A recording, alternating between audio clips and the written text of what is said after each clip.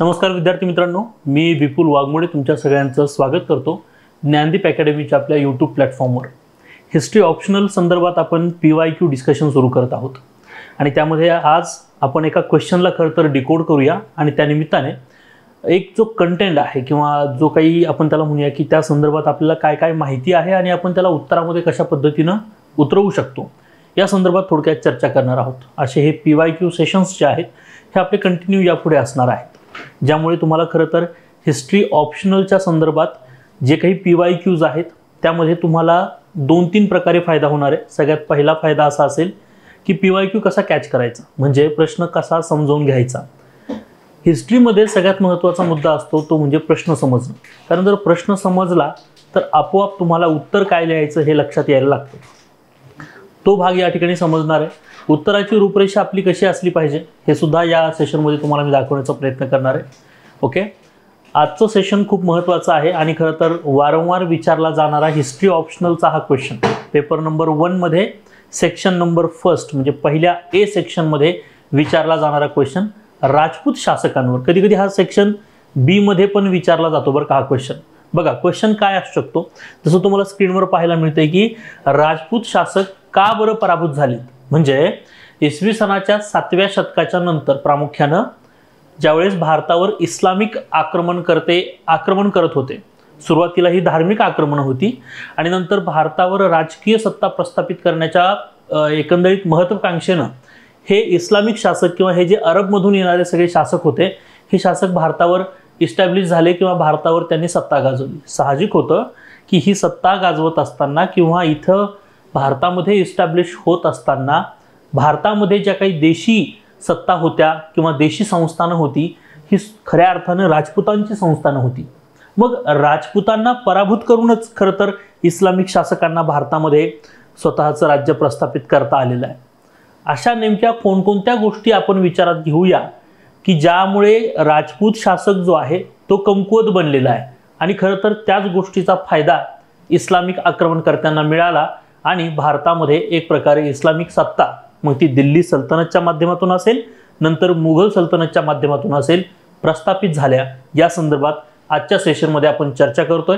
Session एक महत्त्वाचं session असेल खरं तर। यामध्ये तुम्हाला एका प्रश्नाचं उत्तर तर कळेल, परंतु एक प्रकारे मध्ययुगीन इतिहासाला आपण कशा पद्धतीनं सुरुवात करू शकतो याच्यावर सुद्धा तुम्हाला प्रकाश टाकता येणार आहे।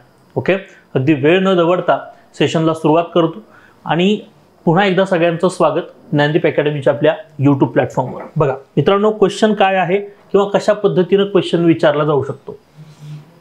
प्रश्न आहे राजपूत शासकांवर। बघा प्रश्न व्यवस्थित पहिले तर वाचा की राजपूत शासकांवर विजय मिळवून इस्लामिक शासनकर्ते भारतावर राज्य करू लागले।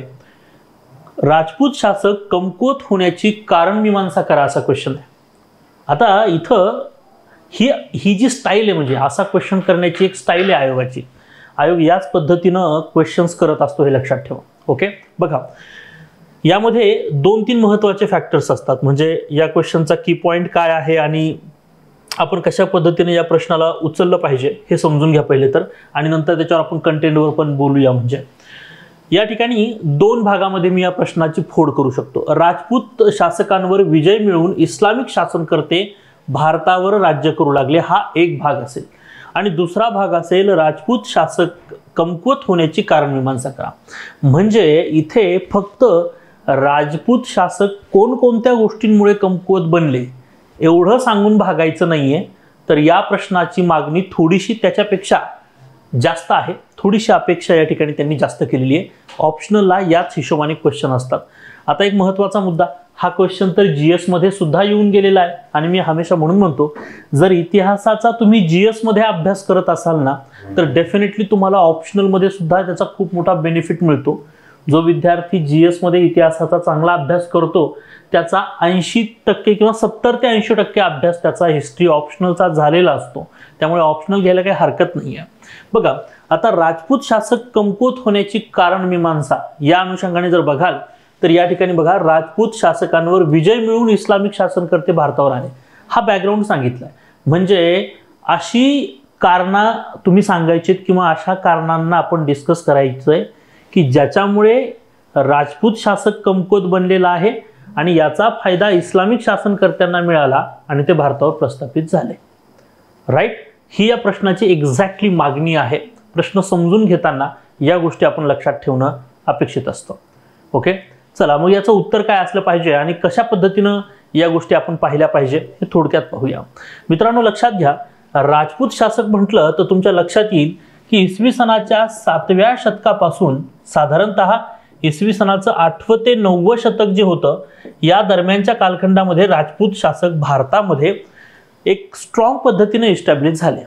परंतु राजपूत शासकांची राजकीय व्यवस्था, त्यांची आर्थिक व्यवस्था, त्यांची सामाजिक व्यवस्था या सगळ्यांचा विचार आपल्याला करावा लागेल म्हणजे आपल्याला या उत्तराकडे सरकता येईल.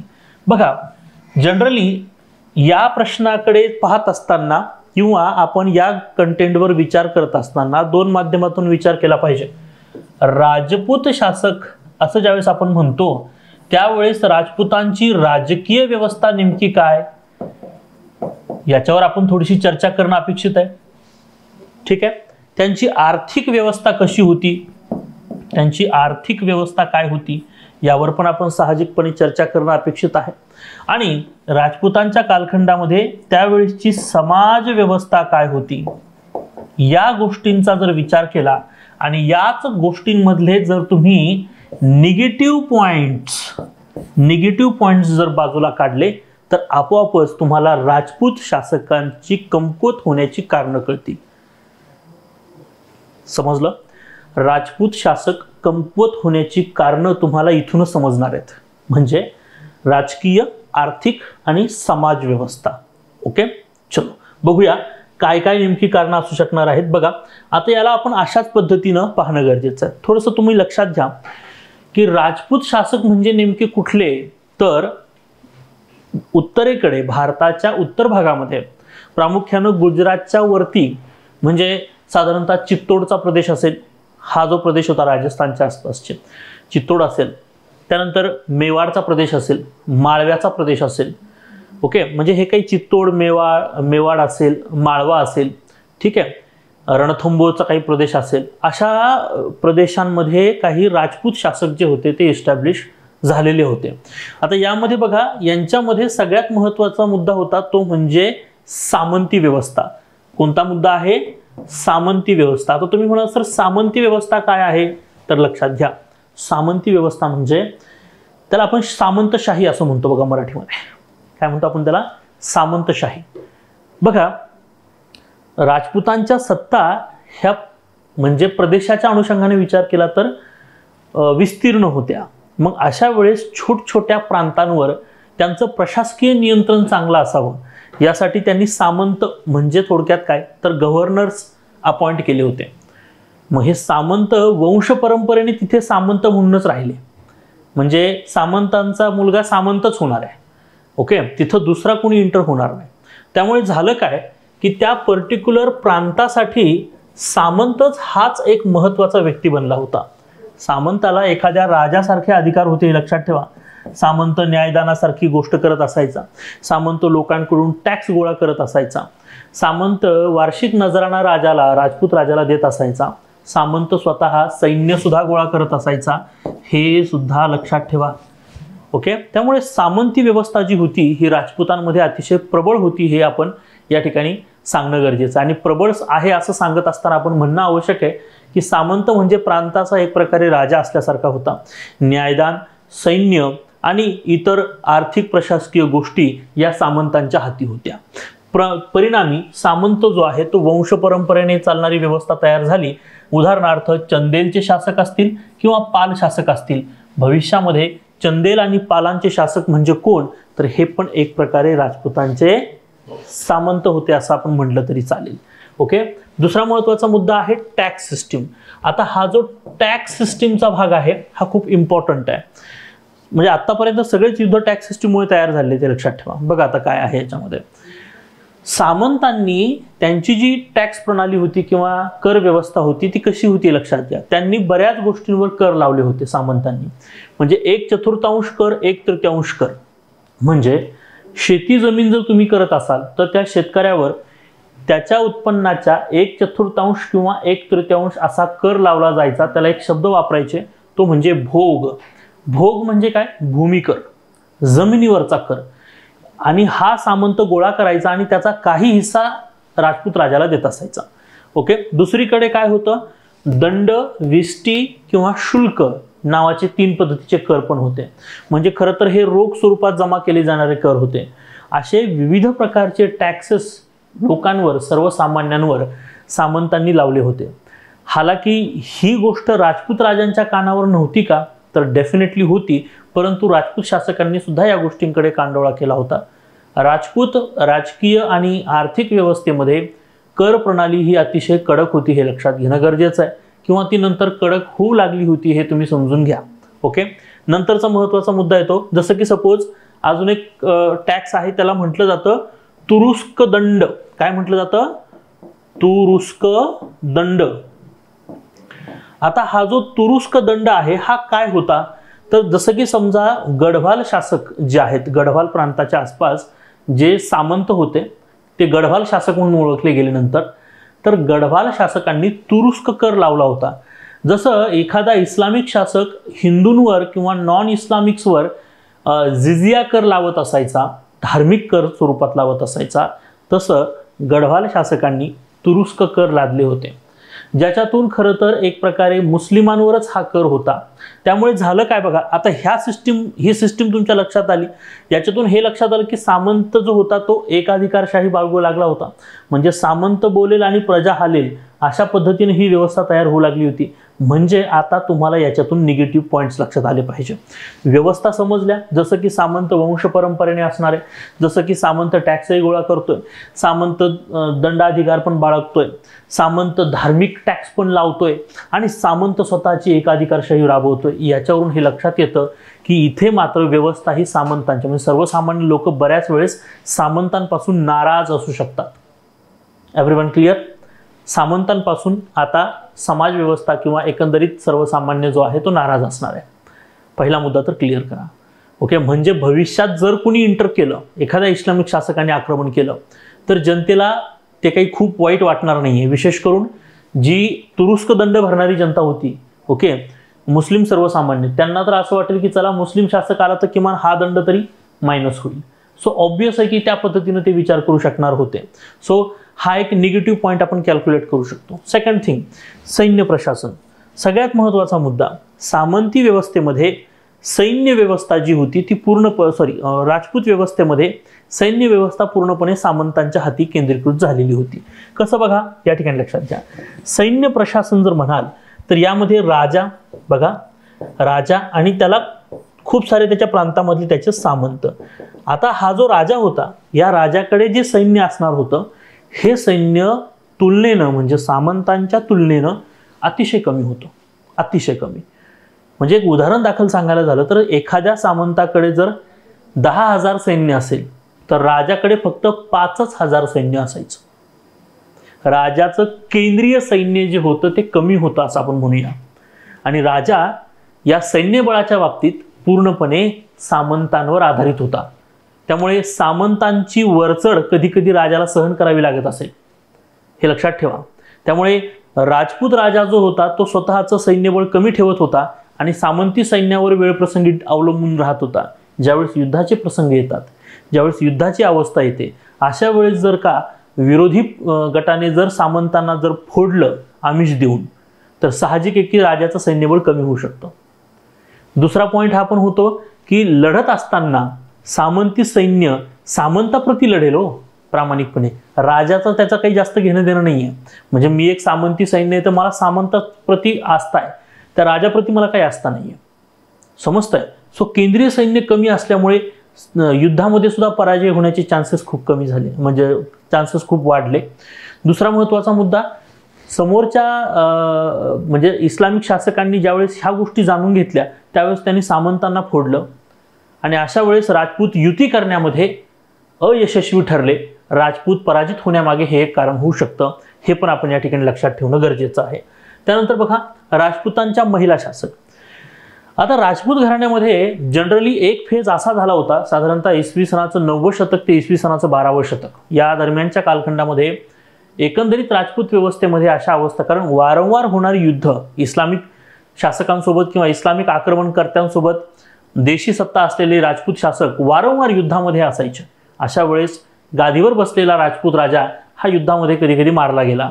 ज्यावेळेस राजपूत राजा शहीद झाला त्यावेळेस राजपूत राजाचा जो अल्पवयीन मुलगा असायचा, हा अल्पवयीन मुलगा गादीवर बसायचा आणि मग राजाची पत्नी जी आहे ती एक प्रकारे शासन करायची. याला आपण असं म्हणू शकतो की महिला शासक म्हटलं तर राज्याच्या उत्तराधिकाऱ्याच्या संरक्षक म्हणून महिला शासकांनी काम पाहिलं.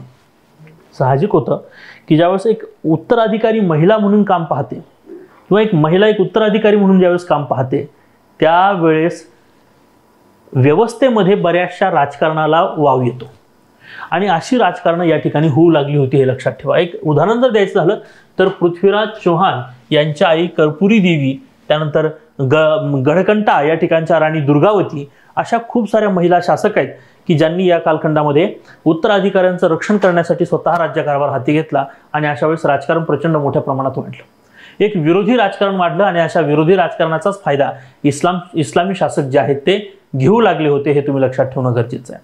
ओके, बघा हा एक फॅक्टर झाला. त्यानंतर बघा राजाचे दैवीकरण. एक असा एक सिनारिओ इथं आपण ऑब्झर्व करणं गरजेचं आहे. म्हणजे बघा आपल्याला राजपूत शासकांची व्यवस्था तर आपल्याला माहिती आहे, पण त्या व्यवस्थेमध्ये निगेटिव्ह पॉईंट शोधायचे असतात आणि उत्तर लिहित असताना हे सांगायचं असतं की बघा ही अशाची व्यवस्था होती, याच्यामुळे परिणामी असं असं होऊ शकलं आणि याचा फायदा इस्लामिक शासकांनी घेतला आणि म्हणून राजपूत जे आहेत ते पराभूत झाले, असं आपल्याला या ठिकाणी नक्कीच म्हणता येईल. ठीक आहे, मग बघा राजाचं दैवीकरण. राजपूत राजे स्वतःला परमेश्वर, महाराजाधिराज, अश्वपती, गजपती अशा वेगवेगळ्या उपाधींनी सन्मानित करत असायचे. आणि अशा उपाधी वगैरे दिल्यामुळे काय झालं तर राजपूत शासकांमध्ये एक प्रकारचा, मी त्याला इगो म्हणणार नाहीये, पण एक प्रकारचा अतिरिक्त स्वाभिमान जो आहे तो तयार झाला होता. हे पण लक्षात ठेवा. ओके, एकदम क्लिअर सांगायचं तर एक अतिरिक्त स्वाभिमान बनला होता. दुसरीकडे महत्त्वाचा मुद्दा, जी प्रजा आहे या प्रजेला राजा जवळचा असला पाहिजे. प्रजेला राजा खूप काहीतरी दैवी स्वरूप आहे असं वाटायला लागलं. त्यामुळे प्रजा आणि राजा यांच्यामधलं जे काही इझी कम्युनिकेशन आहे हे खूप आता इझी राहिलं नव्हतं, हे लक्षात ठेवा. आणि साहजिक आहे की सामंत याच्या दरम्यान असल्यामुळे सामंत सुद्धा प्रजा आणि राजामध्ये कम्युनिकेट होऊ देत नव्हता, हे लक्षात ठेवा. एक प्रकारे राजा आणि प्रजा यांच्यामध्ये दरी निर्माण झाली. ती वैचारिक दरी होती असं म्हणलं तरी चालेल. वांशिक भेदभाव हा एक मोठा फॅक्टर राजपूतांच्या पतनामध्ये त्यांना कारणीभूत ठरतो, तो म्हणजे वांशिक भेदभाव. राजपूत शासकांमध्ये एक भेदभाव कायमस्वरूपी चालत आला, तो म्हणजे जसं की सपोज चौहान राजपूत आहेत, त्यानंतर परमारही राजपूत आहेत, येते लक्षात ना.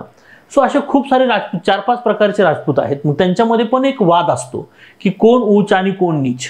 ओके, किंवा उच्च नीच मध्ये हमेशा ते फसलेले असतात. एक वांशिक भेदभाव जो आहे तो राजपूतांमध्ये राहिला आणि ह्याच वांशिक भेदभावानं भविष्यात राजकीय भेदभाव करायला सुरुवात केली आणि एक राजकीय तिढा निर्माण केला. स्वतःला सर्वोच्च दाखवण्यासाठी राजपूत दुसऱ्या राजपूतांवर आक्रमण करू लागला आणि याचाच फायदा इस्लामिक शासकांनी घेतला, हे पण आपण या ठिकाणी नक्कीच म्हणू शकतो. हे लक्षात ठेवणं गरजेचं आहे. दैवीकरण झाल्यामुळे एक प्रकारची नीतिमत्ता किंवा एक अतिरिक्त नीतिमत्ता जी आहे ती वाढलेली होती. जसं की आपण त्याला म्हणूया की जान जाय पर वचन न जाय. राजपूतांमध्ये हे खूप महत्त्वाचं होतं की राजपूतांनी जर एखादा शब्द दिला, वचन दिलं तर दिलं आणि मग त्या वचनाला, त्या शब्दाला तो निभावणार म्हणजे निभावणार. जान जाय पर वचन ना जाय. हां, हे कुठपर्यंत ठीक आहे. बघा, एक महाभारतात सुद्धा सांगितलेलं आहे किंवा भगवद्गीतेत सुद्धा सांगितलं की युद्धात आणि प्रेमात माफ आहे सगळं. युद्ध आणि प्रेम, युद्ध कधीही इमोशननी करायचं नसतं, ते हमेशा बुद्धीने खेळायचं असतं. राजपूत मात्र काय करत होते तर राजपूतांच्या बाबतीत जर बघितलं तर काही राजपूत तुम्हाला पाहायला मिळतील हे इमोशनली लढत होते, हे नीतिमत्ता खूप जास्त जपत होते. एखादा शब्द दिला असेल तर शत्रूसमोर असे निहत्ते उभा राहत असायचे आणि ह्याचाच गैरफायदा इस्लामिक शासकांनी घेतला. जसं की तुम्हाला माहिती आहे, अल्लाउद्दीन खिलजी यानं राजपूतांना अशाच पद्धतीनं फसवलेलं आहे आणि संपवलेलं आहे. म्हणजे बाहेरचा इस्लामिक शासक हा पाठीवर वार करायला कमी करत नव्हता आणि आपला राजपूत शासक मात्र नीतिमत्ता सोडायला तयार नव्हता. ठीक आहे, मी हमेशा म्हणतो ना की एक राजा फक्त यामध्ये असे होऊन गेले, ते म्हणजे छत्रपती शिवाजी महाराज. की छत्रपती शिवाजी महाराजांनी युद्धासारखंच केलं. जशाच तसे उत्तर छत्रपती शिवाजी महाराज देत असायचे, बरोबर. म्हणजे इस्लामिक शासकांनी जर का दगाफटका करण्याची जर त्यांची वृत्ती असेल तर गनिमी कावा सुद्धा छत्रपती शिवाजी महाराज करत असायचे. राजपूत मात्र कधी गनिमी कावा करत नव्हते किंवा राजपूतांच्या नीतिमत्तेमध्ये गनिमी कावा कधी येत नव्हता आणि म्हणून कदाचित राजपूत राजे प्रत्येकच युद्धामध्ये हारत गेले आणि हळूहळू इस्लामिक शासनकर्ते भारतावर स्वतःचं वर्चस्व प्रस्थापित करत गेले. म्हणजे आपण थोडक्यात सिनारिओमध्ये असं म्हणू शकतो की राजपूत शासक पराभूत होण्यापाठीमागे आणि त्याचा गैरफायदा इस्लामिक शासकांनी घेण्यापाठीमागे एक तर त्यांची वंश परंपरेने चालत आलेली सामंती व्यवस्था, त्यामुळे कर व्यवस्था, तसेच त्या अनुषंगाने आपण म्हणूया की ज्या पद्धतीने सामाजिक भेद निर्माण झाला. दुसरीकडे सैन्य प्रशासन किंवा एकंदरीत राजपूत राजा हा पूर्णपणे सैनिकी व्यवस्थेच्या बाबतीत सामंतांवर आधारलेला होता. दुसरीकडे महिला शासक, त्यानंतर स्वतःच्या नावाचं दैवीकरण करणं, त्यामधून आलेली जी काही वाढलेली नीतिमत्ता आहे ती नीतिमत्ता आणि वांशिक भेदभाव, अशा सगळ्याच कारणांमुळे राजपूत प्रशासन म्हणजे राजपूत व्यवस्था जी आहे ती कमकुवत होत गेली आणि राजपूत एकमेकांमध्ये भांडत बसले. याचा गैरफायदा हा इस्लामिक शासकांनी 100% घेतला आणि आपण पाहिलं की भविष्य कालखंडामध्ये इस्लामिक शासक जे आहेत ते भारतावर प्रस्थापित झाले. दिल्ली सल्तनत असेल आणि त्यानंतर मुघल सल्तनत असेल.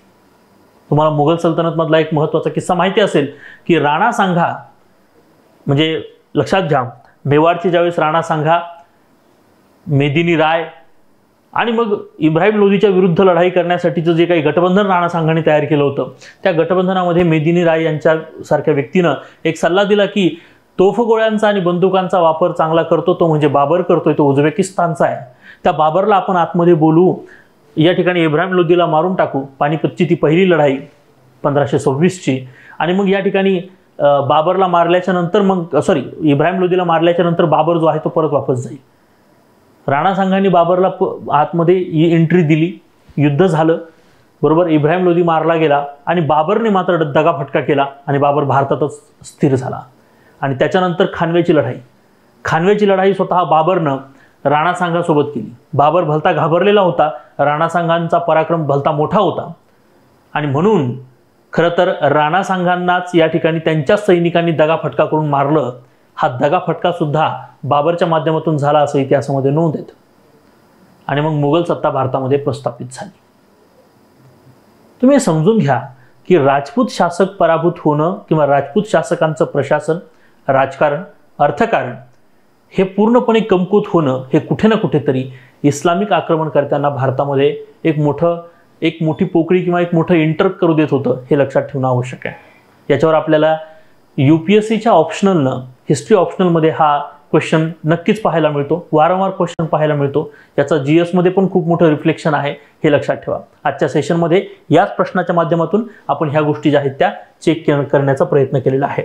मित्रांनो, हिस्ट्री ऑप्शनल खरं तर खूप सोपा विषय आहे. हा थोडासा वास्ट आहे, थोडासा मोठा आहे, परंतु याच्यासारखा सोपा विषय नाही, कारण या विषयाला कसल्याही प्रकारचं करंट अफेअर या ठिकाणी नाहीये. त्यामुळे अपडेट करण्याची गरज नाही. एकदा अभ्यासा, व्यवस्थित नोट्स काढा, ओके, विषय संपला, वारंवार रिकॉल करा, लिहिण्याची चांगली तयारी करा.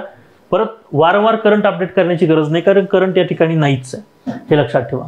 दुसरीकडे याच्यामध्ये खूप सिंपल फॉर्मॅट आहे. एकदा का घटना कळाली, घटनाक्रम कळाला, मुद्दा कळाला, त्याचे वेगवेगळे पर्स्पेक्टिव्ह कळाले, तर समजून घ्या की तुम्हाला पेपर इझिली प्रिडिक्ट करता येतो. म्हणजे कसं, तर साहजिक आहे ना की ज्या वेळेस मी तुम्हाला असं म्हणेन की बघा या मुद्द्यावर 10 पर्स्पेक्टिव्हने विचार झालेला आहे किंवा विचार करता येतो, आयोग वारंवार त्याच पर्स्पेक्टिव्हनं जाणार आहे, म्हणजे तुम्हाला एखाद्या घटकासंदर्भात किती पद्धतीने प्रश्न होऊ शकतात याचा अंदाज लावता येणार आहे. इतकं साधं सरळ सोपं गणित येते. अशा स्वरूपाने हिस्ट्री ऑप्शनल सगळ्यात सोपा विषय पडतो आणि म्हणून अशी ही हिस्ट्री ऑप्शनलची परिपूर्ण बॅच, ज्याच्यामध्ये तुम्हाला संपूर्ण अभ्यासक्रम मराठीमध्ये, नियमित उत्तरलेखनाचा सराव, ओके, शंका निरसन सत्र आणि मॅपिंगची वेगळी तयारी करून घेणारी ही जी बॅच आहे, ही ऑफलाईन आणि ऑनलाईन दोन्ही स्वरूपात ही बॅच आपण सुरू करत आहोत.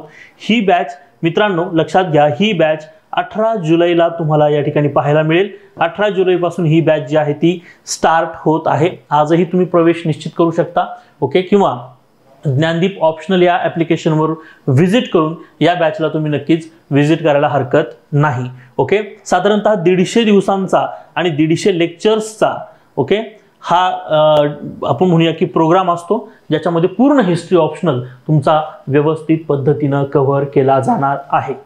ठीक आहे, चालेल. त्यामुळे तुम्हाला जर अधिक माहिती हवी असेल या बॅच संदर्भात, सो तुम्ही मला या ठिकाणी नक्कीच कॉन्टॅक्ट करायला काही हरकत नाही आहे. नंबर्स तुम्हाला डिस्क्रिप्शन बॉक्समध्ये पण दिलेले आहेत किंवा इथेही तुम्हाला नंबर्स जे आहेत ते पाहायला मिळणार आहेत. ओके, सो मला असं वाटतं की हिस्ट्री ऑप्शनलचा तुम्ही एक वेळेस नक्की विचार करायला हवा. ठीक आहे, आजचं सेशन तुम्हाला कसं वाटलं मला कमेंट करून नक्की सांगा. असेच वेगवेगळे क्वेश्चन आणि त्याचे डिस्कशन्स आपण घेऊन येणार आहोत. त्यानिमित्ताने आपण वेगवेगळ्या कंटेंटसुद्धा ऑप्शनलमधला चेक करणार आहोत. ठीक आहे, तोपर्यंत आपण इथंच थांबूया. Thank you so much.